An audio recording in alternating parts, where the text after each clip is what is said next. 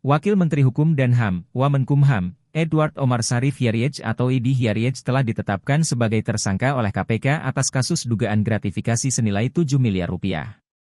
Kasus ini berawal saat Ketua Indonesia Police Watch, IPW, Sugeng Teguh Santoso melaporkan Edi pada bulan Maret lalu karena adanya aliran dana 7 miliar rupiah. Diduga, aliran dana tersebut terkait dengan dua hal. Di antaranya soal permintaan bantuan pengesahan status badan hukum, dan juga terkait konsultasi hukum. Penetapan status tersangka Edi Hierriech juga dibenarkan oleh Wakil Ketua KPK Alexander Marwata. Profil Edi Hierriech. Edi Hierriech memiliki nama asli Edward Omar Sharif Hierriech. Ia lahir di Ambon, Maluku, pada 10 April 1973. Edi merupakan seorang guru besar ilmu hukum pidana di Universitas Gadjah Mada, UGM, Yogyakarta. Dilansir dari laman Kemenkumham, Edi dulu menempuh pendidikan perkuliahan di Fakultas Hukum UGM, Yogyakarta. Edi berhasil lulus dengan gelar S1 tahun 1998.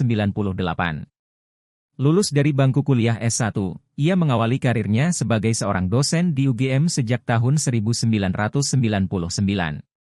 Hingga pada 2002, ia akhirnya kembali melanjutkan kuliah S2 di universitas yang sama. Ketika itu, ia diangkat menjadi asisten wakil rektor bidang kemahasiswaan UGM. Belum puas dengan pencapaiannya, Edi meneruskan kuliah S3 Hukum di UGM. Ia berhasil mendapat gelar doktor pada tahun 2009. Edi meraih gelar tertinggi di bidang akademis itu, dalam usia yang terbilang masih muda yaitu sekitar 37 tahun. Ia akhirnya ditetapkan sebagai guru besar ilmu hukum pidana di UGM sejak 2010. Ia menjabat sebagai Wakil Menteri Hukum dan HAM dalam Kabinet Indonesia Maju sejak dilantik oleh Presiden Joko Widodo pada 23 Desember 2020, hingga sekarang. Pernah jadi ahli di kasus kopi sianida. Pada 2016 lalu, Edi pernah turut dihadirkan oleh Jaksa Penuntut Umum, JPU, sebagai ahli hukum pidana dalam kasus kopi sianida yang menyeret nama Jessica Wongso.